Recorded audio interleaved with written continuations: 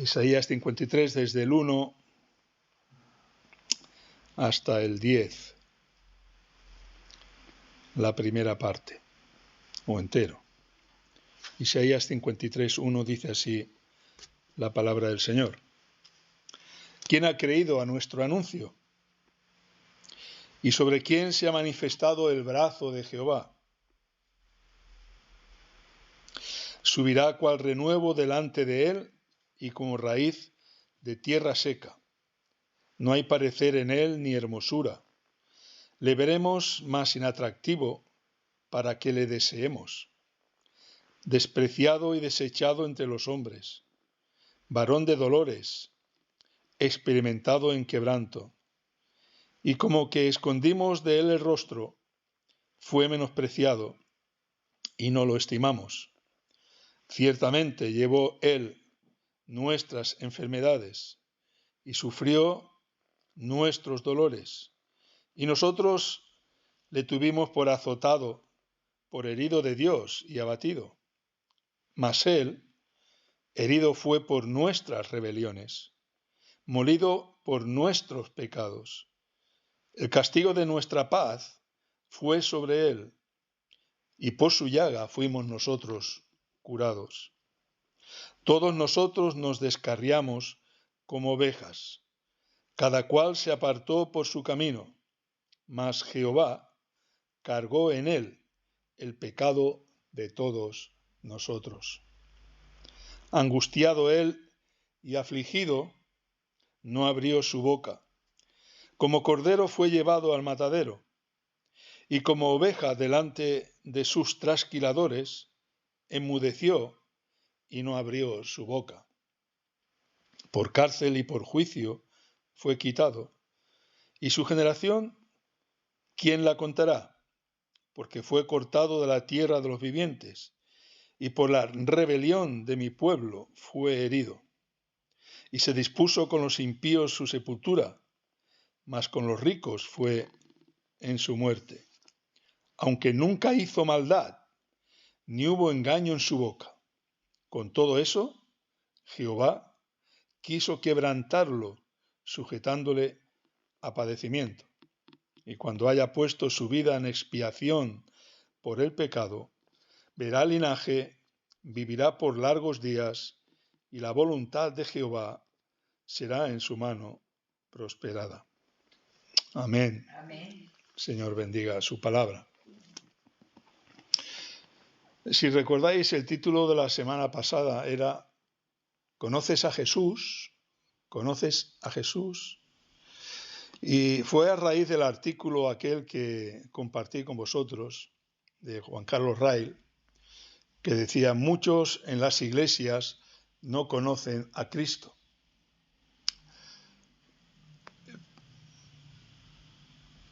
Puede parecer fuerte, pero ¿vosotros creéis que es así? Que muchos en las iglesias no conocen a Cristo. Porque conocer no solamente es un conocimiento mental o intelectual. Como se refiere en la Biblia, a los que antes conoció también los predestinó para que fuesen hechos conforme a la imagen de su Hijo. A los que antes conoció significa a los que antes amó.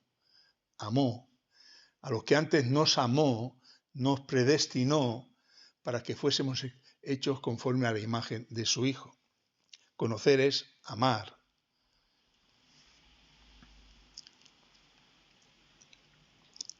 Un pastor dijo: las dos preguntas más importantes relacionadas con el tema, las dos preguntas más importantes que todo hombre debe contestar son: primera, ¿quién es Jesucristo? En relación con lo que decía Rail, muchos en las iglesias, en el mundo obviamente nadie lo conoce. Puede haber oído hablar, pero nadie lo conoce. No se está refiriendo al mundo, se está refiriendo a la iglesia. Y también en esa línea, un pastor dijo que las dos preguntas más importantes que todo hombre debe contestar son: primero, ¿quién es Jesucristo y por qué vino Jesucristo? ¿Quién es Jesucristo y por qué vino Jesucristo. Recordáis que decíamos que también Jesús. Y no sé si nos damos cuenta de la importancia que tienen las preguntas, más bien las autopreguntas, el autoexamen, preguntarnos a nosotros mismos acerca de lo que Dios nos dice. Y vemos como el Señor mismo preguntaba. Jesús preguntó a sus discípulos diciendo, ¿quién dicen los hombres?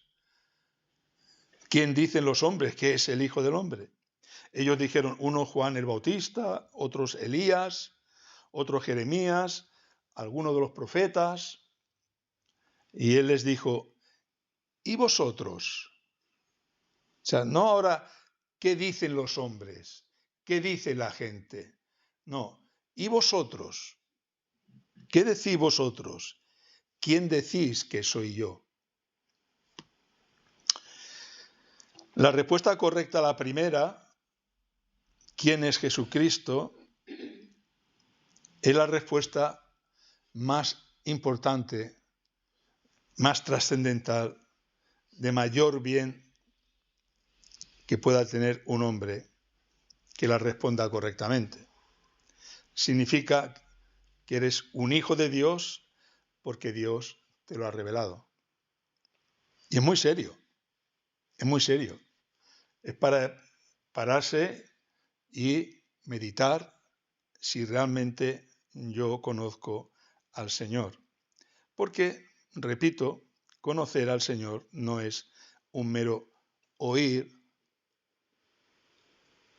o un conocimiento intelectual, sino, como dijo el Señor, es una relación, es una comunión, es una unión,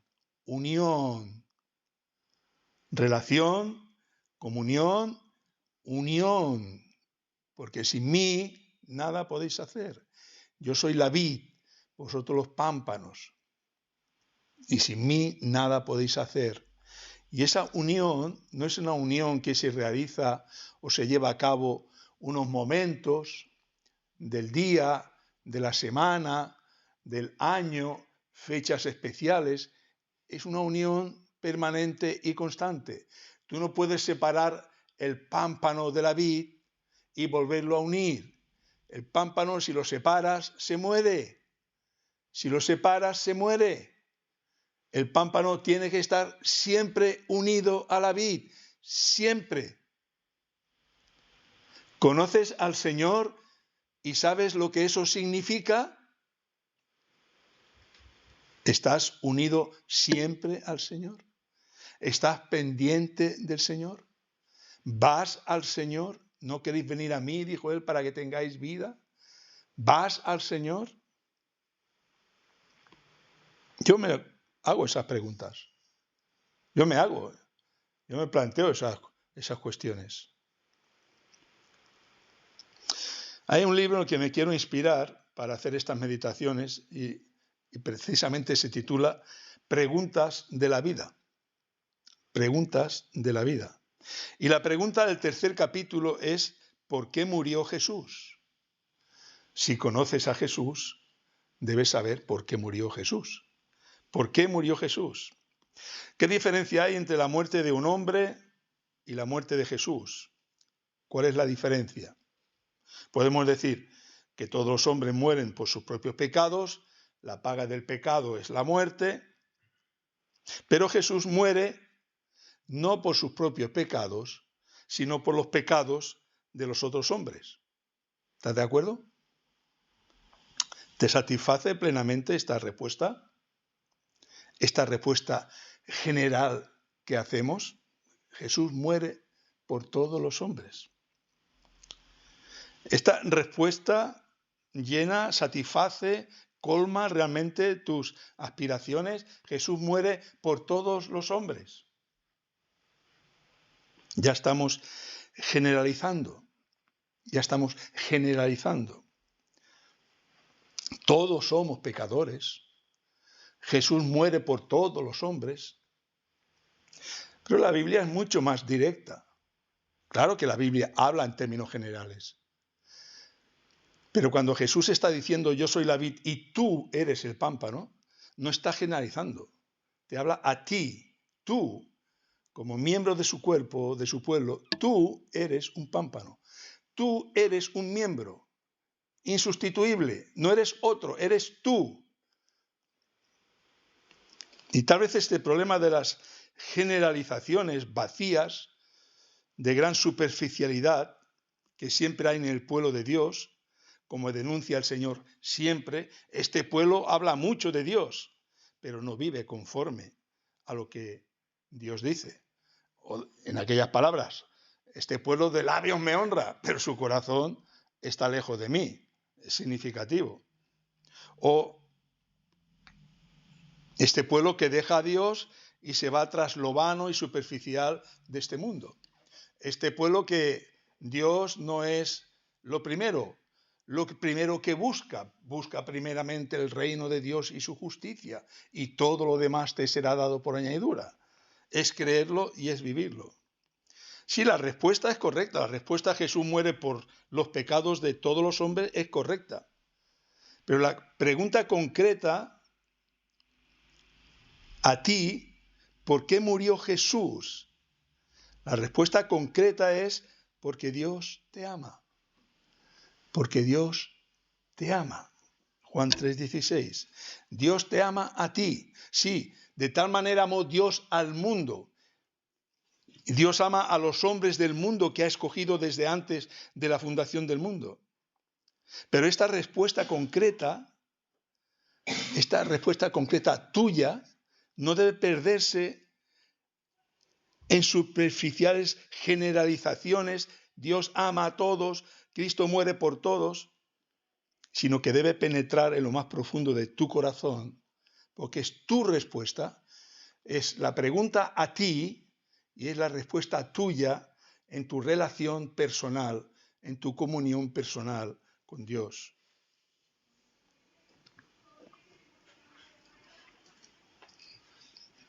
Y esa respuesta personal, concreta, tuya a Dios, tiene que ser una significación trascendental, fundamental, vital en nuestra vida. Y esa es la lucha de cada día. Esa es la lucha de cada día, de hacer eso una realidad profunda.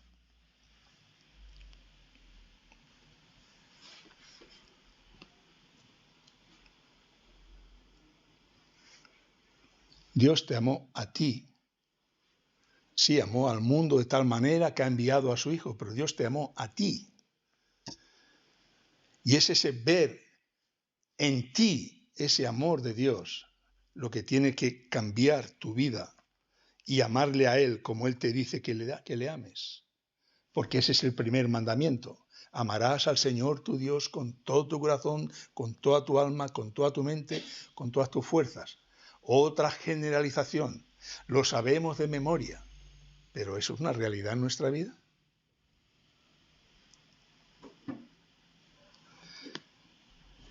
Dios le dice a Jeremías, ¿recordáis? Dice Jeremías, Jehová se manifestó a mí hace ya mucho tiempo, diciendo, con amor eterno te he amado, por tanto te prolongué mi misericordia. Le dice a Jeremías, como con amor eterno te he amado. Ama a todo el pueblo de Israel, ¿no? Ama a todos sus elegidos, ¿no? Pero le dice a Jeremías, a ti te he amado con amor eterno. Y eso tiene que tener una incidencia en la vida de Jeremías. Una repercusión en la vida de Jeremías. ¿Cómo ama Dios a Jeremías? Con amor eterno. Si Jeremías hubiese sido el único pecador, Jesús había venido a morir por Jeremías. Y lo mismo te dice a ti. Con amor eterno te he amado. Y si tú fueras el único pecador, Jesús vendría a morir por ti, porque te ha amado de tal forma y de tal manera.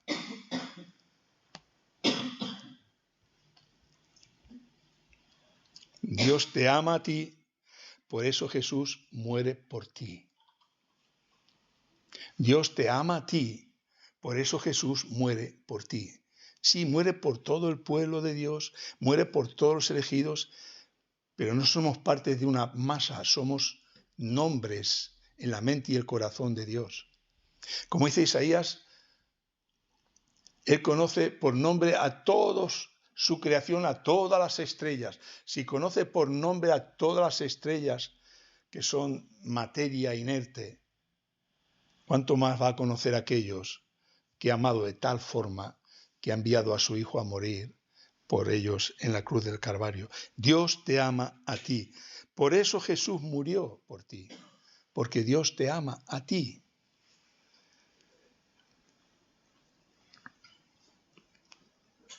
Y entonces mi reflexión es, ¿y cómo puede Dios amarme a mí? Miserable pecador, como dice Pablo, miserable de mí, ¿quién me librará de este cuerpo de muerte? Rebelde, enemigo. Pues sí, Jesús me ama a mí, a pesar de ser un miserable pecador, de ser un rebelde, ser enemigo suyo, como dice Romanos el apóstol Pablo. Dios muestra su amor para ti. Dios muestra su amor para ti en que siendo aún pecadores,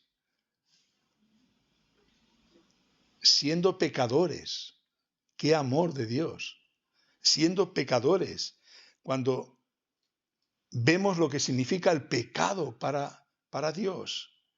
Cristo murió por nosotros, pues mucho más, estando ya justificados en su sangre por él, seremos salvos de la ira.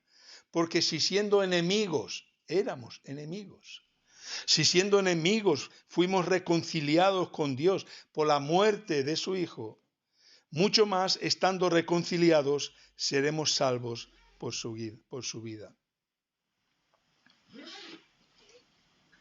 ¿Por qué Jesús murió? Porque Dios te ama y envía a su Hijo a morir por ti, con todo lo que eso significa. No me gusta, y no me habréis oído muchas veces abundar, aunque soy muy emotivo y muy emocional, pero no me gusta abundar en los aspectos emocionales y sentimentales, porque Jesús no lo hizo cuando lo podía haber hecho, recordáis, ¿no? Cuando podía hacerlo, recordáis cuando las mujeres aquellas, cuando iba con la cruz hacia el Calvario, hacia el Gólgota, y aquellas mujeres lloraban, y Jesús, ¿qué les dice Jesús? No lloréis por mí. La enseñanza, la presentación que nos hace el Señor de su agonía, de su sufrimiento, de su dolor, de todo, no es para que lloremos por Él, es para que lloremos por nosotros, porque Él fue a la cruz por nosotros. Lloremos por nosotros, por nuestros hijos, como dice. No lloréis por mí, llorad por vosotras y por vuestros hijos. Porque es por vuestros pecados que yo estoy aquí. Y estoy aquí con gozo. Con gozo. No me gusta, digo, hablar, pero hoy sí lo voy a hacer. Y vemos como en Isaías 53 nos muestra más claramente los sufrimientos del Señor Jesucristo. Y creo que es bueno recordarlo, como también los motivos por los cuales el Señor sufrió, como hace el autor de Hebreos. ¿Por qué sufrió el Señor? Lo que nos muestra en Isaías. Por el gozo puesto delante de Él. Nos dice, pon tu mirada en Jesús, el autor y consumador de la fe, aquel que por el gozo puesto delante de Él sufrió la cruz. Sufrió la cruz. Así es como nos lo dice Isaías, despreciado, desechado entre los hombres, varón de dolores, experimentado en quebranto, como que escondimos de él el rostro, fue menospreciado, no lo estimamos. Ciertamente llevó él nuestras enfermedades, sufrió nuestros dolores. Nosotros le tuvimos por azotado, por herido de Dios y abatido por su causa. Mas él herido fue por nuestras rebeliones, molido por nuestros pecados. El castigo de nuestra paz fue sobre él, por su llaga fuimos nosotros curados. Con todo eso el Señor quiso quebrantarlo, sujetándole a padecimiento. Cuando haya puesto su vida en expiación por el pecado, verá linaje, vivirá por largos días, y la voluntad del Señor será en su mano prosperada. Y el versículo 10 que me apuntaba ahí, dice, aunque nunca hizo maldad, ni hubo engaño en su boca, con todo eso Jehová quiso quebrantarlo. Y los motivos, como decíamos, dice el autor de la carta a los Hebreos, fue por el gozo puesto delante de él, sufrió la cruz, menospreció el oprobio y se sentó a la diestra de Dios. Y nos dice a nosotros, que somos bastante o muy débiles, considerad a aquel que sufrió tal contradicción de pecadores contra sí mismo, para que vuestro ánimo no se canse hasta desmayar. No sé cómo está vuestro ánimo. El mío no siempre está elevado, más bien le cuesta estar elevado. A pesar de que, como dice aquí, porque aún no habéis resistido hasta la sangre combatiendo contra el pecado. La palabra nos llama a mirar a Jesús, el que vino como tu sustituto a ocupar el lugar que tú tenías que ocupar en la cruz, a morir por ti la muerte que tú tenías que morir. El Jesús que sufrió la crucifixión por ti. Consideremos un poco los sufrimientos y padecimientos de Jesús. El otro día estaba leyendo esta parte cuando María llegaba y me encontraba muy emocionado y al otro día decía, déjame ese libro con el que estabas tan emocionado. Dice, se ha descrito la crucifixión, lo que es el hecho de ser crucificado, la más cruel y espantosa de las torturas. La más cruel y espantosa de las torturas, la crucifixión.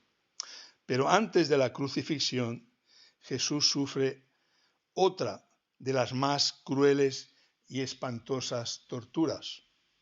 Jesús fue flagelado con 4 o 5 látigos de piel, leía en ese artículo, trenzados con pedazos bien afilados de hueso y plomo. Jesús fue flagelado con 4 o 5 látigos de piel trenzados con pedazos bien afilados de hueso y plomo. El historiador de la Iglesia del siglo III, Eusebio, describió esa manera de flagelación romana, diciendo, el que sufría la flagelación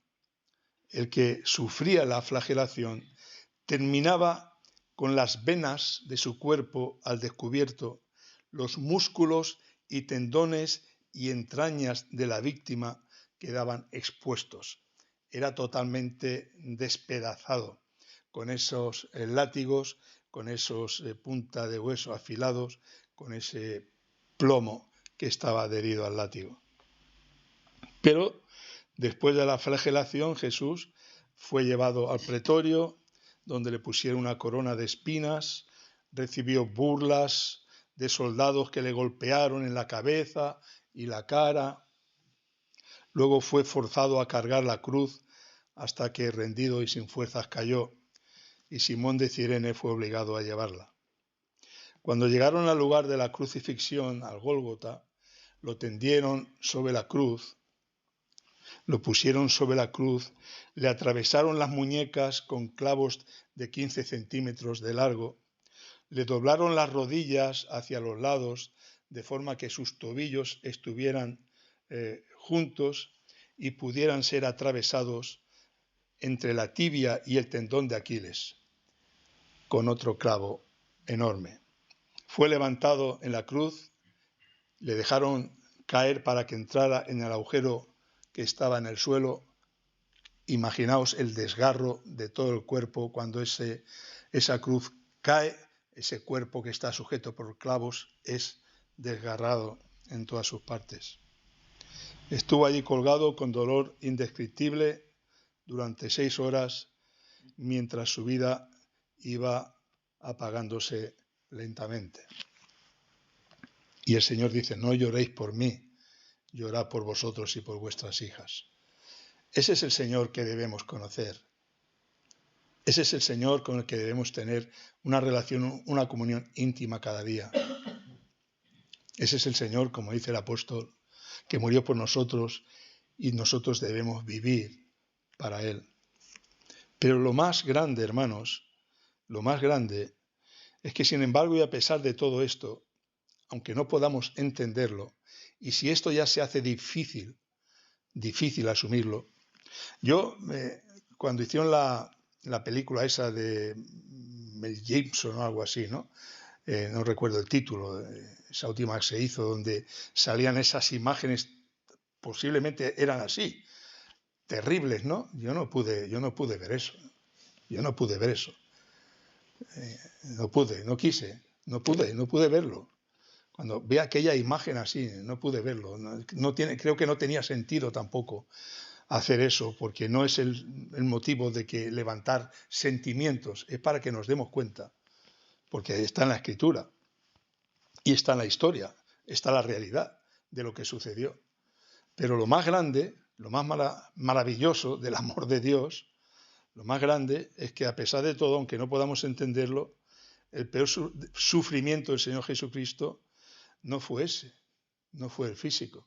Seguro que yo no puedo entenderlo, no sé si tú puedes entenderlo, pero si eso ya era sufrimiento, ese no fue el peor sufrimiento.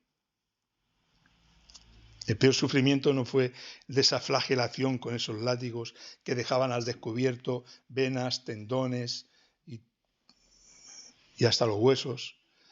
No fue la crucifixión, ni la humillación, ni los desprecios, ni las burlas, ni el abandono de sus discípulos, sino la agonía espiritual de haber sido abandonado por su Padre por causa de nuestros pecados, mientras cargaba con nuestros pecados. Eso tal vez levanta ese sentimiento, esa emoción, esa descripción de los padecimientos físicos, pero cuando piensas que realmente su padecimiento fue allí en el huerto de Getsemaní, cuando a solas con el Padre clamaba, Abba, Padre, no me hagas beber esta copa amarga.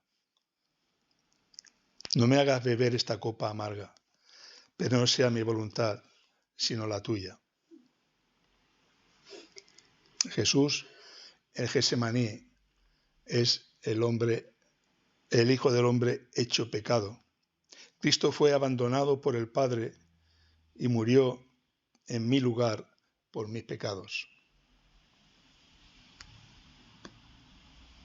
De tal manera me amó Dios que abandonó a su Hijo.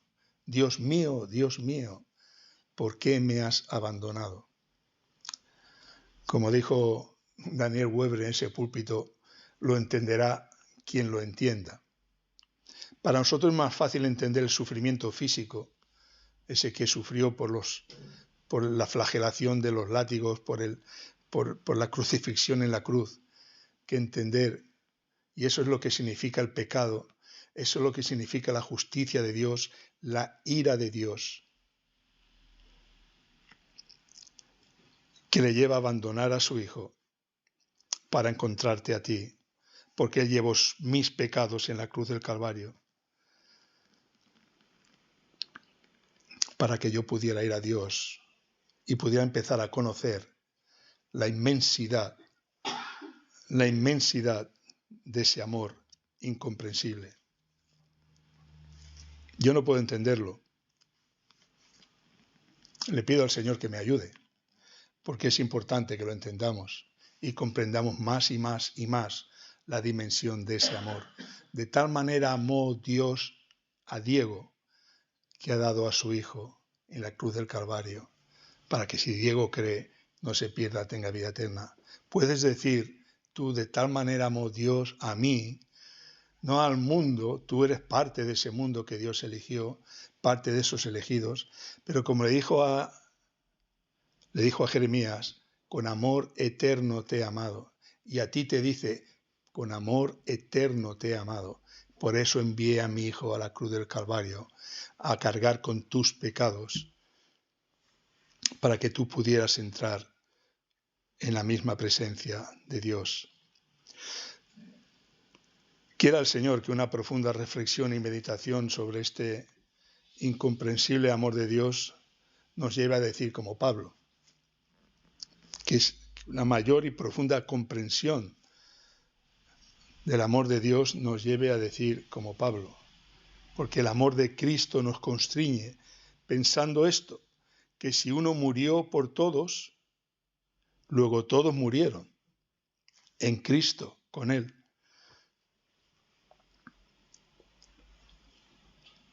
¿Y por qué? Para que los que viven por Cristo ya no vivan para sí, sino que vivan para aquel que murió y resucitó por ellos. No generalicemos, que murió y resucitó por mí. El amor de Cristo me constriñe pensando esto, que si Cristo murió por mí, luego yo morí, para que ahora viva, ya no viva para mí, sino para aquel que murió y resucitó por ellos. ¿Conoces a Jesús? ¿Por qué murió Jesús? Jesús murió para que ya no vivas para ti, para que ya no vivas para ti, sino que vivas para aquel que murió y resucitó por ti. Ese es el Jesús al que debemos conocer y con el que debemos vivir, experimentar, tener comunión y relación cada segundo de nuestra vida, porque Él es nuestra vida. Sin mí nada podéis hacer. Señor, te damos gracias por este privilegio tan maravilloso de poder abrir tu palabra y conocer en alguna medida esa obra maravillosa e incomprensible, como dijera el salmista en cosas mucho más pequeñas. Alto es, demasiado maravilloso para mí, alto es, no lo puedo comprender. Si no podía comprender cosas que son mucho más accesibles, ¿cómo vamos a comprender, Señor, que tú nos hayas amado de tal forma, que me ames de tal forma, que envíes a tu Hijo a la cruz del Calvario a morir por mí? Ayúdame, Señor, para que mi respuesta sea que ya no viva para mí, sino para aquel que murió y resucitó por mí. Señor, ayúdanos, Padre, a tener hambre y sed de ti, a querer saber más de ti, a querer profundizar, Señor, meditar y reflexionar en cosas tan grandes y maravillosas. Sabemos, Señor, que cada día tenemos nuestras responsabilidades, nuestras ocupaciones y tenemos tanta dificultad y tanta incapacidad para hacer una realidad en nuestras vidas, esta vida tan grande y maravillosa que tú nos has dado. Ayúdanos, Señor, para que realmente aquella palabra que tú nos dijiste, buscad primeramente el reino de Dios, nos lo dijiste en función de las cosas prácticas y reales de la vida, porque nos dijiste, buscad primeramente, yo sé que tenéis necesidad, sé las cosas que necesitáis, confiad, descansad, pedid, y se os dará, buscad y hallaréis, llamad, y se os abrirá. Así de sencillo, pero tal vez ni buscamos, ni pedimos, ni llamamos, y mucho menos buscamos primeramente el reino de Dios y su justicia, sabiendo que tú nos vas a dar todas las cosas por añadidura. Señor, danos espíritu de arrepentimiento, danos conciencia de pecado, danos, Señor, que nuestras vidas cambien y sean cada día más y más semejantes a nuestro precioso Señor Jesucristo. Muchas gracias, Señor, por tu fidelidad. Muchas gracias por tu misericordia que son nuevas cada mañana. Ayúdanos, Señor, para que te anhelemos y te deseemos, como el aire que respiramos, como la comida que necesitamos para vivir. Como dijo nuestro Señor, que tú seas nuestra comida, que tú seas nuestra agua, que tú seas nuestro aire, que tú seas nuestra vida, que sin ti no podamos vivir. Te lo pedimos en el nombre precioso de nuestro Señor Jesucristo. Amén. Amén.